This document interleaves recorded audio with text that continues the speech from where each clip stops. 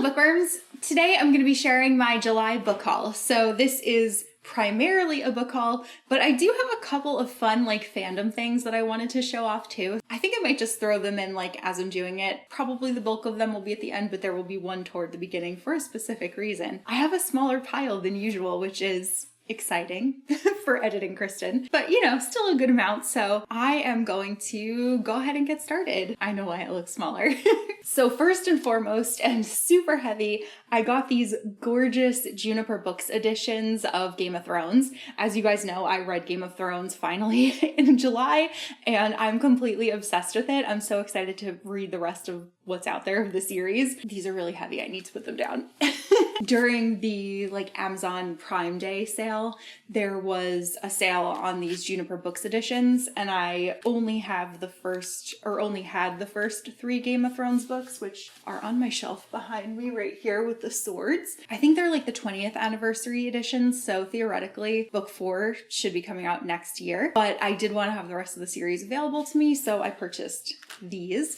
As I show these off, I'm going to put them back on my shelf so I don't have a gaping hole for the rest of this video. So first of all, I was really glad that they included Fire and Blood. It's basically a Targaryen history, and I believe it's what House of the Dragon is based on. I just think these editions are so cool. They look like old leather bounds, and I just really love the spines. I think they're called the armor editions if you're looking for them. The jackets are also really they feel really nice to the touch. They're matte and very soft and just super gorgeous. Then obviously we have A Game of Thrones, the first book in the series, A Clash of Kings, which is book 2 and the next book that I will be reading, book 3, A Storm of Swords, book 4, A Feast for Crows, and book 5, A Dance with Dragons. Actually, I'm going to sneak another little fandom thing in here. So I also got these dragon eggs from Etsy. I believe they're 3D printed. You could pick whatever colors you wanted. Obviously I chose the ones that look like the Game of Thrones eggs. They're definitely a lot brighter of a hue than the ones on the TV show, but these actually also unscrew from the base, and they're made to hold dice for Dungeons and Dragons. So I thought that was really fun. I really like these. I'm really glad that I got these, and I think they look really cute on my shelf. Of course, they arrived literally 1 minute after I posted a photo of my Game of Thrones shelf. So I'm gonna have to post a new photo with these on there because they're just so cute. Next up is another edition of Game of Thrones, and that is the Folio Society edition. So Andrew actually got me this for my birthday, which was so exciting. I'm really, really glad to have these. They're so, so beautiful. They're definitely if I, keep going and get the rest of the series, they're definitely going to take up a lot of space on my bookshelf, but that's totally fine because I love this book. There's a White Walker inside of the box, which is really cool. They also split the first book into 2 volumes, and they're both illustrated. There are a lot of really gorgeous illustrations within here, so this was really fun to flip through and to see some of the scenes that I read come to life. The edition that I did read was also illustrated, but it was fun to see different illustrations. I also really love the chapter headers on these. They're really, really beautiful. These are really high quality, really gorgeous books. And also in there was The Known World, and if you open it, it's actually a map. It's really big. So let's see if I can pull this out. I'm not sure if that even all fits in frame, but there we go. This is so much bigger than I realized. I feel anytime that I've seen the Game of Thrones map, it's been that little side section of Westeros. I didn't realize that it was so much more expansive, so I'm excited to keep reading and, have the world continue to expand. And then the fandom item that I wanted to include early is this Game of Thrones Iron Throne bookend, because Andrew also gave this to me for my birthday, so I'm excited to pick out a spot for this. I do feel Game of Thrones is going to be 2 to 3 shelves on my bookshelf, so this will fit very nicely in one of those shelves. It's so cool. I'm really excited to have this. Moving on to some special editions from The Broken Binding. So they had a leftover sale for The Goblin Emperor by Catherine Addison. And I've always been curious about this because I know that this is a very politically driven fantasy novel, and I tend to really like things with court politics. So I've always been intrigued, but never actually read it. So with their extra stock, I thought I would take a shot. They said it was stock that was slightly damaged, but I really don't see any damage on this at all. all. It must be like super, super minimal. These are the sprayed pages. This is the back. This traditionally had a blue cover, but they changed it to green. I do like how the green looks with it. I think it's really nice, but I think it was always in soft cover, so it's nice to have hardcover. And then there is a beautiful map. This is the naked hardcover. Oh, actually, if you see, so like the dust jacket is ever so slightly bent up there, but that's like not something that you see, so I'm pretty okay with that. Next up, I got their set of The Daughter's War and The Black Tongue Thief by Christopher Buehlman. So The Black Tongue Thief is the first book that was released, and I initially became interested in this one because I heard it compared to Kings of the Wilds, which is one of my absolute favorite books. It's supposed to be kind of like a funny fantasy series. I think that we're following mercenaries. So definitely something that is up my alley. And then this was released afterward, but it's actually a prequel to this story. I would still recommend reading this one first because I like to go in publishing order. But I have also heard that this one is not funny. Like this one is a lot heavier. So it's like a totally different tone. And I think people weren't expecting that. They were expecting something more like along the lines of this. So I'm glad to know that going into them, but I'm really excited to read this one soon. These are the sprayed pages, then like next to each other. They're actually like Deadpool and Wolverine colored now that I'm looking at them. And the naked hardcovers are also really pretty. Battle Axe here that matches my necklace. And then last from the Broken Binding, I got their press edition of Never Die by Rob J. Hayes. This is a series of like interconnected novels that are all set within the same world. I think they're all standalones, but they are just all set in the same world.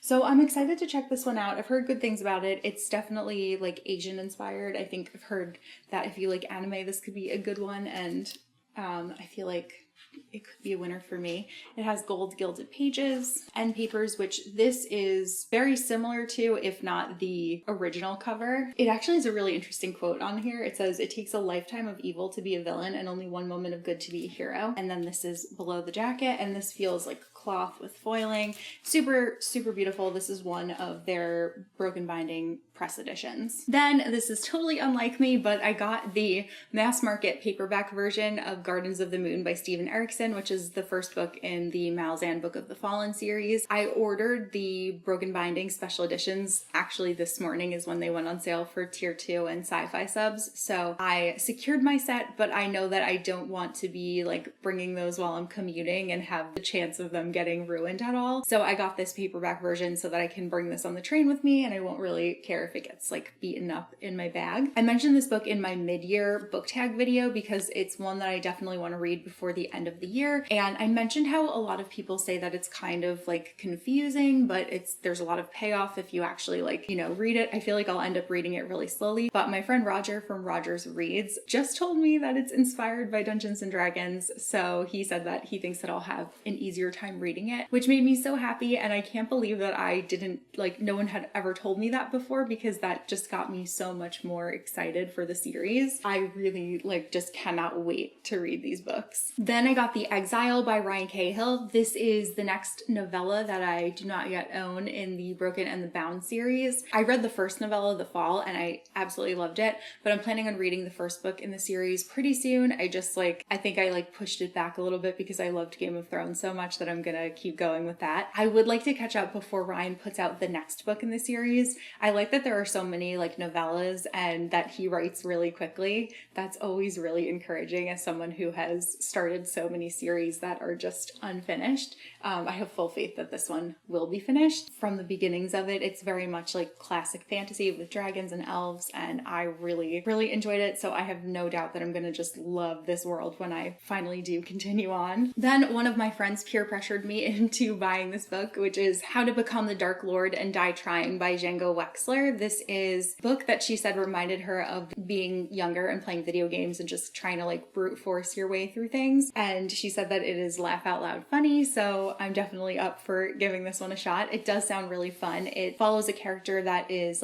in a video game and they keep losing, so they decide that if the Dark Lord keeps winning, then maybe that's what they need to do, is they need to be evil and like try to be on that side since that's the winning side. So it sounds really entertaining and I'm excited to read this one. I probably should have included this in the Game of Thrones section, but I also got the US edition of Fire and Blood by George R.R. Martin. This one says that it is illustrated. I didn't think about how this was actually included in the Juniper book set, so that was kind of a mistake. I don't really need this one, but it is nice. So now I have it. It's on my shelf. And yeah, I do really like the dragon on the back. Then I got The Spell Shop by Sarah Beth Durst. This is a new cozy romantasy novel following a librarian who her library like goes on fire when there's a rebellion. She flees to this other area in the world. She gets this adorable little cottage and she starts using some illegal magic in her garden and she makes berries that are sold to the local bakery for jam. It sounds really cute. I've heard that it is super light on romance. Like somebody said they were 275 pages in and there was not any romance at all yet. So I think it's gonna more read just like a cozy fantasy, which is perfectly fine by me. I also really like these lilac pages. Then I have the Barnes & Noble exclusive edition of the 6th volume of the Adventure Zone comics. This one is called The Suffering Game. I need to catch up on these. I'm pretty far behind, so I actually want to reread the first one and then continue with the series, but I do want to wrap up some of the manga that I'm in the middle of before I do that. So this is based on a D&D campaign by the McElroy brothers. Yeah, I'm pretty excited to dive into these. Then I have 2 Fairy Loot books. So I have The Wren and the Holly Library. This is by K.A. Lind and I really love this cover. I think it's really like a lot nicer than the original cover. Red Tower is the publisher for this one, so it did come out as like a special edition for the first print run, but I think that the Fairy Loot one is like exceptionally beautiful. I love like how it looks like a bookshelf. There's this cute little cat that's like laying in the windowsill there. The sprayed pages are really beautiful. This is the back. The spine looks like an old book. And then below the dust jacket is also really, really gorgeous. I love all of the foiling on here. And the end papers, quite nice too. I don't know really anything about this book, but I did like the aesthetic reel that they posted for it. That kind of convinced me not to skip this one because I believe there are vampires in it. Looking forward to checking this out.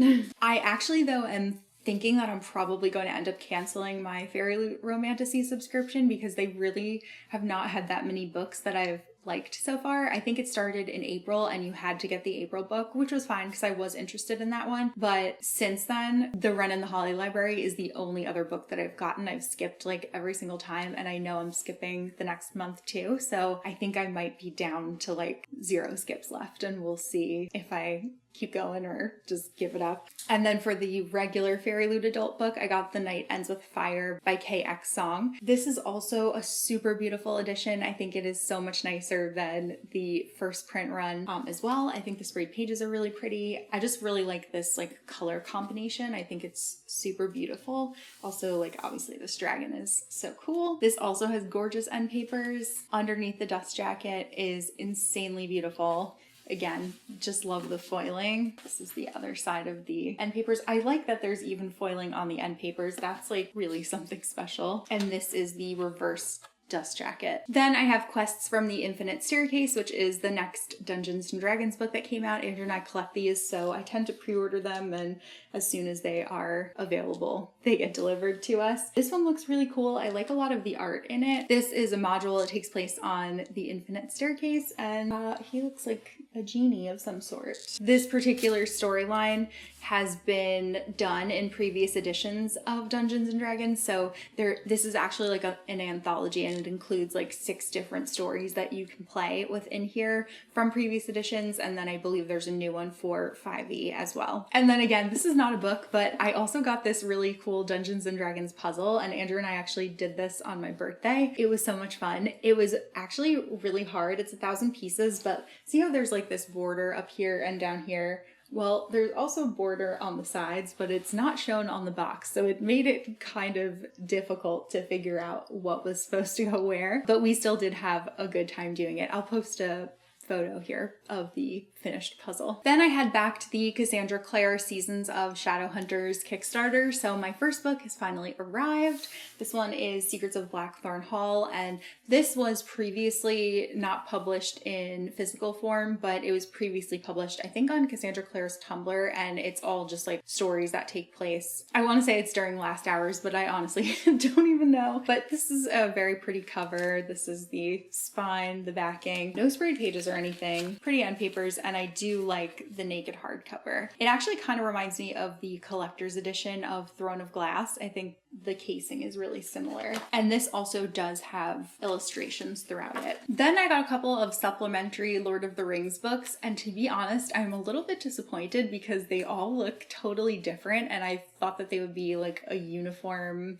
kind of set that would match the box set that I have of Lord of the Rings, but really only one of the books does. So like they're not even the same height, and literally each of these dust jackets feels very different from one another. So I don't know if I just like didn't find the right like ISBN numbers. I didn't even realize that there were different ones, but it is what it is. So first I have The Fall of Numenor, and it's illustrated by Alan Lee. This is actually like, this is what I was expecting, like this type of cover, this type of size. So I'm gonna have to do some research on these. I also got The Fall of Gondolin. This one is a shiny cover, which I was not expecting. I do really like the back of this. And then lastly, The Nature of Middle-earth, and this one is a matte cover, but it's the same height as the second book that I showed, so it's all very confusing. And then it feels fitting to show along with those books, but I got this little jar from Etsy, which I'm going to use as a TBR jar, and I'm pretty excited about it. I've never had a TBR jar before, but I've always been interested in them. I just never saw one that I felt like committing to, but this one I really like. I think it'll fit well on my bookshelf, and I'm pretty excited to like take the time to write down all of the books that I have on my TBR in here. It's also like a lot easier because I have gotten my physical TBR down so much this year, so I'll actually like be able to include like pretty much everything. I'm gonna obviously just include like the next book in a series that I'm reading, and then as something gets picked and as I read it, then I will write the next book and put it back into the jar. So very excited. And then lastly, I got Deity, which is the third book in the Covenant series by Jennifer L. Armentrout. These are being reprinted because I believe they were picked up by Bloom, and they are with sprayed pages. They're paperbacks. I do really like the new covers. I think that they're really pretty. So I'm excited to give these a go. I tend to really enjoy Jennifer L. Armentrout's YA like older series. I think that they're a lot of fun, and they make me feel like nostalgic for that time period of books. I haven't really liked a lot of her newer stuff, like From Blood and Ash series. I only read the first book and didn't continue, but like her older ones I think are a lot of fun. So I'm excited to check out this series at some point in the future. So those are all of the books and random items of merch that I wanted to show you that I got in July. I'm really excited about this haul. It is a little bit smaller than usual, which is nice. Let me know what your favorite book was that you got in July, and also let me know how you're doing on your physical TBR. Like, do you have a million books and you just don't care? Are you trying to get your physical TBR down? Like, what is your TBR deal? But that's all that I have for this video, so I will see you guys soon in a new one. Bye!